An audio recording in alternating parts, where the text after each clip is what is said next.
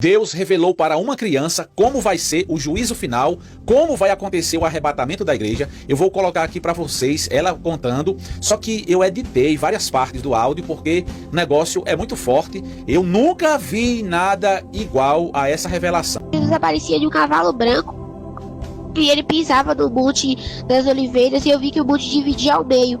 Na hora que o monte dividia ao meio, eu vi que ele batalhava com o anticristo e foi derrotado.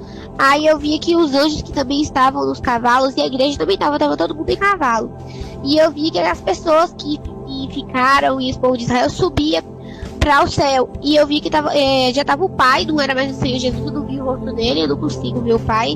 O Senhor Jesus a gente só consegue ver do ombro para baixo, consegue ver o rosto, nenhum dos dois, só que o Pai não dá pra gente ver ele. Por causa que acho que a gente não conseguia nem chegar perto, por causa dele, né, que tem muita luz. E eu vi que ele pegava 2 livros, o das obras e o da vida. E eu vi que ele fazia o julgamento, só que a igreja que subia no arrebatamento não participava do julgamento. E eu vi que tinha 12 tronos, e tinha 12 homens sentados nele. Aí eu perguntei o que significava, ele falou que eram as 12 tribos de Israel e os 12 apóstolos. Aí eu via que eles começavam a julgar junto com o Senhor Jesus e o Pai, porque eles dois, outros tinham sido de vários pecados. Era válido, não dava nem pra contar direito. Até pecado que é abominável mesmo diante dos olhos do Senhor, não é que os outros não são, mas pecados mesmo extremamente. Eu via no telão, mostrava o que cada pessoa fazia, que ia matar, não negava o nome do Senhor Jesus, via vestes brancas e o Senhor falava bem assim: vem entre no gozo do teu Senhor. Mas quando aquelas pessoas que negavam o nome do Senhor, eles desciam para um lago de fogo e que tinha choro e ranger de dentro. O Senhor falava que era o maldito céu. Durava eles. Era o próprio lago de fogo, porque eles estavam trancados em jaulas. Um local bem feio, pastora. Era como se tinha alguma coisa de erupção vulcânica.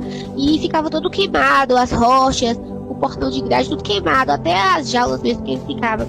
E aí eu vi que eles ficavam trancados em jaulas e era como se o fogo fosse aquecido 1000 vezes mais, pastora. 1000 vezes. Quando a gente queima o dedo, a gente já sente dor.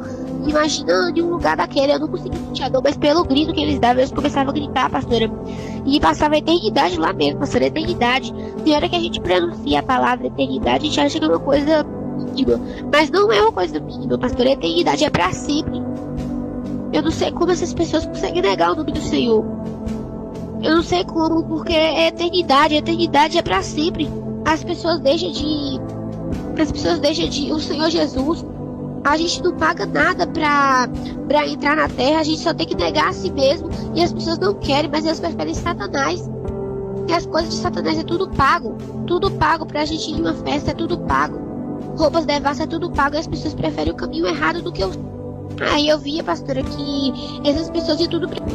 Aí depois eu via que ele abria um outro livro. E era o livro das obras. Eu via que tinha várias coroas. Era como se fosse tipo uma prateleira, só que bem grandona mesmo. Que era para as pessoas do mundo inteiro que estavam lá. E eu vi que tinha coroas que tinha muitas pedras, que você não conseguia nem ver a cor. Se era perguntar se é branca, se é amarela, se é vermelha, se é roxa, não dá pra saber. E eu via que tinha coroas que tinha poucas pedras também.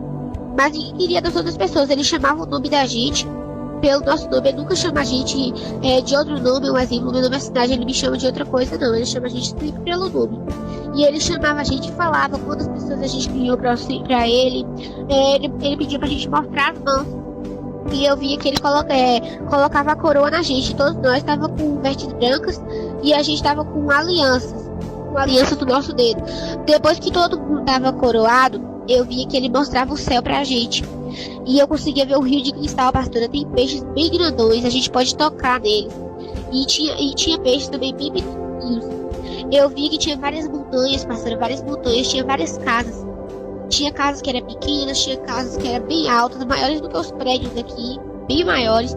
Eu vi que tinha cabanas, só que tudo era banhado em ouro, tinha pedras preciosas que a gente nunca nem viu aqui. Que aqui algumas pessoas brigam, pastora, por um diamante, por uma moeda assim, e lá a gente pisa de ouro, pastora, a gente pisa de pedras preciosas. A gente se veste com roupas de pedras preciosas. A gente usa coroas lá.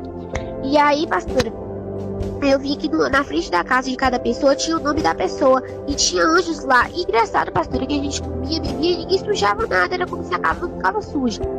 não ficava suja. Lá a gente não precisa ir ao banheiro, a gente não precisa dormir, nada assim, a gente só fica entoando e louvando ao Senhor todo o tempo, pastora. Cada coisa que a gente faz lá é como se estivesse adorando o nome do Senhor. E eu via que tinha o nome das pessoas nas portas das casas. E eu via que tinha anjos, e esses anjos como se moravam com as pessoas. Ninguém mora com ninguém, eu não moro com minha mãe. Lá ninguém é filho de ninguém, marido, mulher de ninguém. Lá ninguém tem filho, ninguém tem esposa, ninguém é casado. Lá todo mundo é irmão. Aí, pastora, eu via que tinha uma arca.